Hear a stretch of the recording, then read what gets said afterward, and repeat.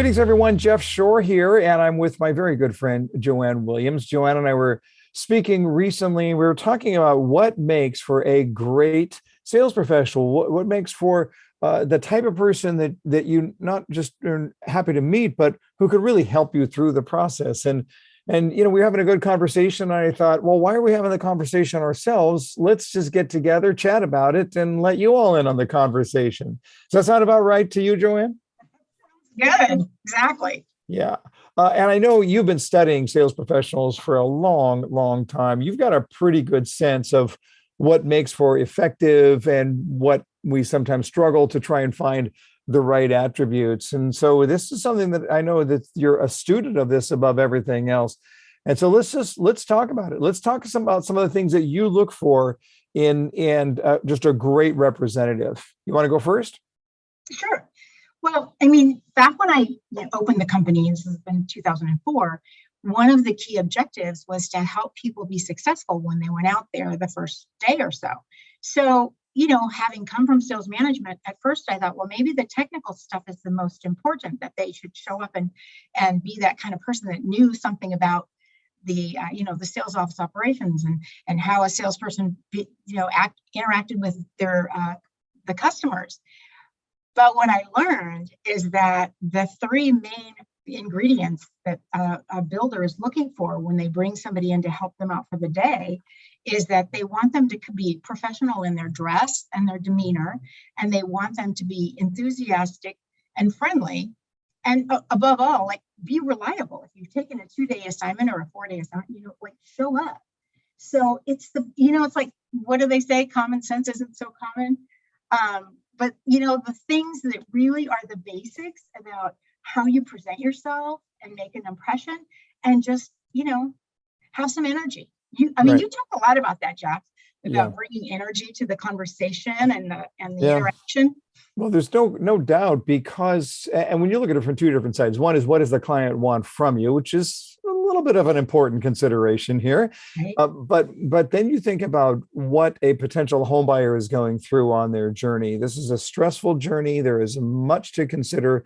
And when they walk through the door, this is what I find interesting. It doesn't have to be negative energy that'll turn them off. It's just sort of neutral energy. It's people that are just kind of there. And you get all the enthusiasm you would expect to find at the post office. That's not what we're looking here for from our people. But yet somebody with great positive energy right out of the gate, boy, they can diffuse a lot of that frustration from the customer in a hurry. Haven't you found?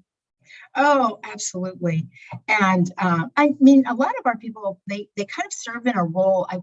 I hate to use the word concierge, but a lot of what they do is like they're meeting and greeting and helping the person feel welcome and, handing them water. I mean, if that person if they're not welcoming them the way they would if you were having a guest come into their home, it just falls flat. Yeah, it absolutely does. Your customer knows in a hurry whether you are really there for them or not. You also mentioned the attribute of just being professional. And it's kind of interesting to me because it speaks not just to the idea of, well, what does a builder client want from you to be well dressed, for example? I get that. But to me, it sort of speaks to the attitude of the representative too, the person who wants to be professional, who wants to be classy, if you will, the person who wants to put their best foot forward. And that's really important just in regards to how we feel about ourselves and therefore the success that we're entitled to. And I know you've seen it over the years, people who took this very, very seriously and ended up having phenomenal careers. Oh, yeah, absolutely. No, I think professionalism, comes in a lot of flavors, but you know it when you see it. You know what I mean? Yeah, yeah. And, some people can carry off a different color scheme or whatever, but other people, if you stick to the basics, you just can't go wrong. You're right. And I always say, if you have anything on your person, I don't care what it is. I'm not against body art, but if it's distracting from your brains and your essence and your being, probably shouldn't wear that. Right. Whatever. Yep. You gotta consider all of that stuff. You're But, right. it's interesting that all of this stuff can be learned and can be trained. I mean, I just think about your average 17-year-old working at a Chick-fil-A. There's a dress code. It's got to be clean. They don't say you're welcome. They say it's my pleasure. All of these things are just learned behaviors that speak to a level of class that, frankly, oftentimes we're not expecting, and that can make all the difference in the world. And then you talked about just reliability, and this is, I mean, listen, as a former vice president of sales and marketing for a big builder, the reliability factor was huge, and surprising to see that a lot of people weren't just sort of played fast and loose with the rules, it seemed at times. Right. Yeah, yeah, that's a really big issue right now with the labor shortage, and I don't think the labor shortage is going to get better anytime soon. I hate the way the press has been normalizing it, because it just adds fuel to the fire. And it is so important, if you're showing up for an assignment, or showing up even if you're working for a builder and you're there 5 days a week. The business depends on you to be there, not to mention the customer who said, oh, you said you'd be back in the office on Tuesday and now you're not there. And I drove all the way out from, goodness knows where. But yeah, that reliability and being dependable, that's what I'm saying. Reliability, the dependability and reliability hand in hand with the professionalism, and then just, being friendly and enthusiastic. I mean, if you can do those things and be helpful, leaving notes, that's the other one thing that we hear all the time. They loved about one of our people, that when they're there, there's, we hand them a form that says, this is what happened today. So if you're a salesperson turning over the office for the day and you come in the next day and there are notes that maybe it wasn't anything of great significance, maybe the plant maintenance guy came in at 2:00, or so-and-so, the construction superintendent came in and checked something, or whatever. It doesn't have to be that significant, but the fact that you wrote it down and the salesperson could rely on somebody saying, oh, wow, at least I know what happened yesterday. I wasn't there, but the person that was there. So that's a really big compliment that we get a lot.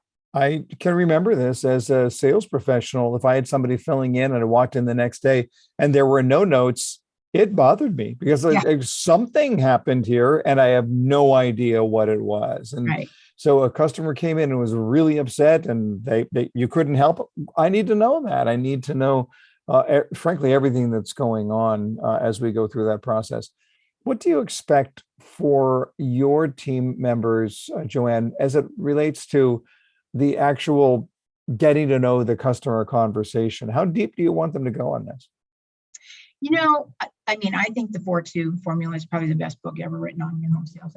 Thank you so much. Yeah. But just just that deductive reasoning that they're using about just sort of, not just what brought them in today. Goodness knows. I mean, they probably looked at on the website, but I think our people create a certain rapport and an impression of the sales office. So they are a representative in that respect.